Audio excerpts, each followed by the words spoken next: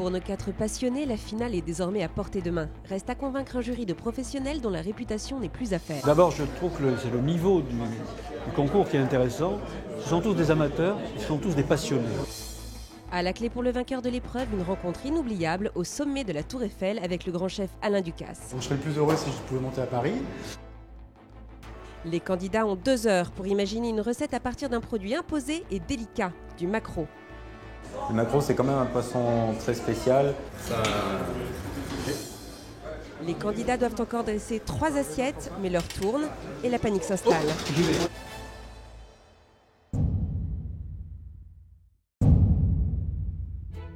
Je vous présente 3 assiettes de bijoux aromatiques sertis de maquereau sous différentes façons à la mode provençale.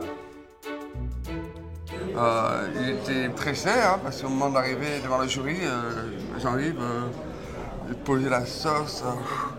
C'est la pression. Oui. On coupe déjà. Pour moi, c'est un peu simple comme présentation. Ça manque un petit peu de, on va dire, après un peu de spontanéité peut-être et un petit peu de fraîcheur. Je ne suis pas très satisfait de ce que j'ai sorti par rapport à ce que j'aurais voulu sortir. Je suis passée en dernier, donc ça a été un peu plus le stress. Il y a eu quand même des belles surprises et on est contents. Il y en a qui sont bien arrivés, d'autres un peu moins bien et d'autres qui sont partis avec des idées déjà finies. Il y en a un qui a réussi à faire l'équilibre entre la simplicité et le goût. Il a goûté son plat. Disons qu'il y en a un ou deux qui ont réussi.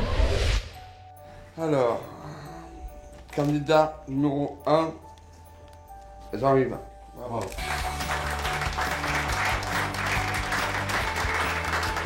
Je suis vraiment soulagé, je voulais tellement monter à Paris que vous ne pouvez pas savoir. On veut tellement vous faire plaisir et aller au bout, quoi. Vous voyez, je suis encore là, quoi. Merci tout le monde de tout ça. Je crois qu'il a gagné parce que c'est plus qu'un passionné. Il vit sa cuisine, il goûte ses plats, il est dans la simplicité et son plat lui ressemble. On a beaucoup aimé ce qu'il a fait. Il a fait un jus très agréable, des pommes de terre très fondantes, un poisson cuit à l'huile latérale et un autre poisson cuit comme une rillette. Il y a eu de la recherche, le résultat sur la geste était propre, les températures étaient chaudes. Jean-Yves a raison de savourer sa victoire. Dans quelques jours, c'est déjà la finale et il faudra cuisiner pour Alain Ducasse et son jury. Abonnez-vous à Let's Cook, la chaîne de toutes les cuisines et retrouvez toutes nos vidéos. Suivez-nous aussi sur les réseaux sociaux. À bientôt sur Let's Cook.